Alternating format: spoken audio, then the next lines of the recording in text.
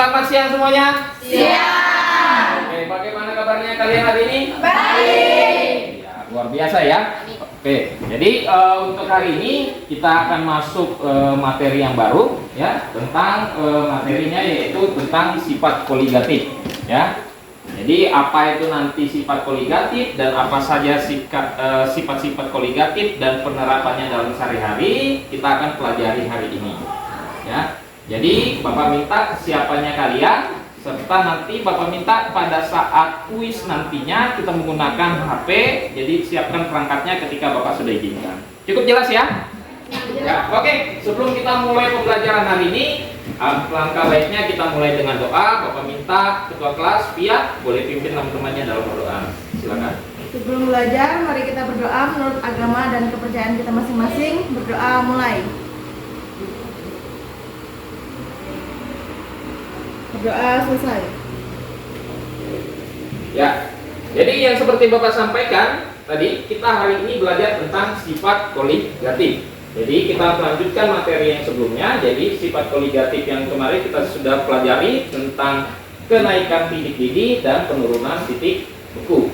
Jadi hari ini kita akan masuk dalam sifat koligatif yang ketiga dan keempat, yaitu penurunan tekanan uap dan tekanan osmotik. Nah, tujuan pembelajaran kita hari ini yaitu supaya kalian mampu menguasai konsep larutan, termasuk sifat koligatif larutan dan penerapannya dalam sehari-hari. Oke.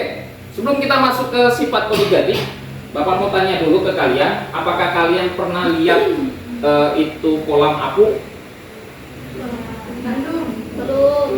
Belum ya. Atau pernah kalian searching di Google itu laut mati?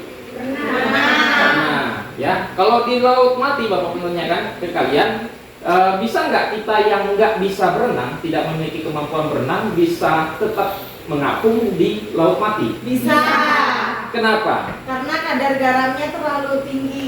Jadi salah satu penerapan sifat koligatif yaitu dari tekanan uap larutan, yaitu dari contohnya yaitu dari laut mati. Jadi di laut mati itu karena kadar garamnya yang sangat tinggi, jadi mengakibatkan orang yang tidak memiliki kemampuan berenang pun bisa mengapung di laut mati tersebut. Jadi apa sih sebenarnya pengertian dari penurunan tekanan uap lautan?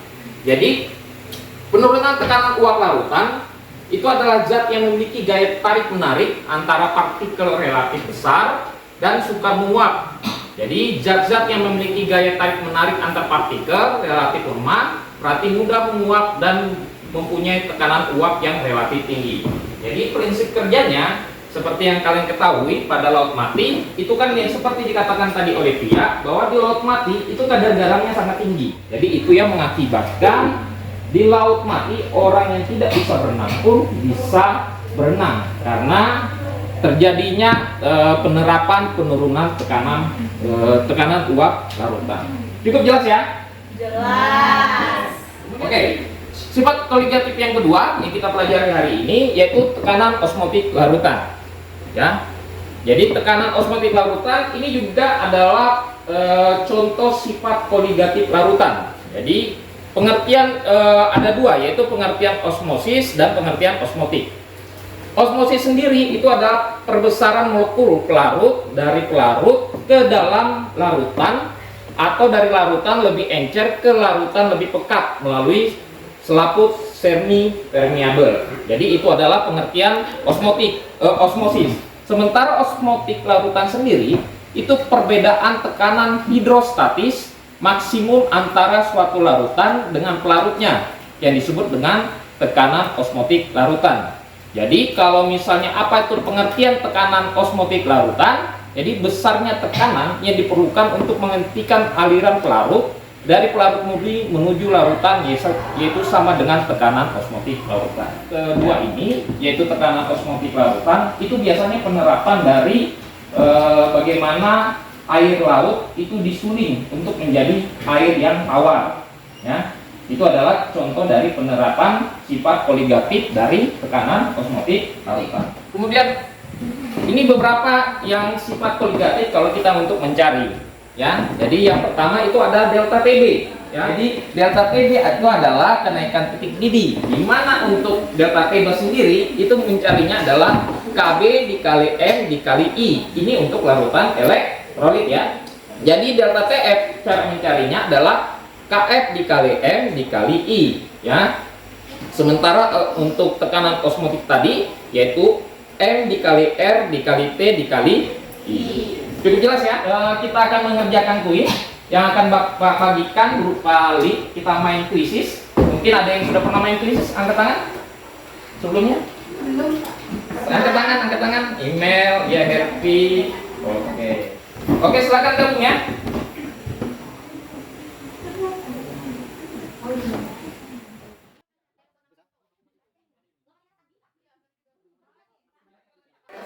Oke, kita mulai ya. Silakan dikerjakan. Ini soalnya ada 8 nomor. Satu nomor itu nanti mencocokkan, yang lainnya adalah pilihan ganda. Ya. Kalian bisa. Pilih salah satu. Ulangan satu. Pilih aja salah satu. Ya, cocokkan. Nah, jadi untuk kesimpulan hari ini kita dapatkan bahwa penerapan sifat koligatif larutan itu sebenarnya kita pakai dalam keseharian sehari-hari. Contohnya ada yaitu campuran zat pendingin atau etilen glikol yang dipakai pada musim salju, atau pencairan salju juga itu merupakan penerapan sifat koligatif. Kemudian zat anti beku itu juga merupakan merupakan dari penerapan sifat koligatif. Kemudian ada cairan fisiologis yang biasa dipakai pada di rumah sakit ya, itu juga merupakan contoh penerapan sifat koligatif. Serta kalau tidak ada pertanyaan, kita tutup dengan doa. Bapak silakan Pia kembali, kita doa pula. Mari teman-teman, sebelum pulang mari kita berdoa menurut agama dan kepercayaan kita masing-masing. Berdoa mulai.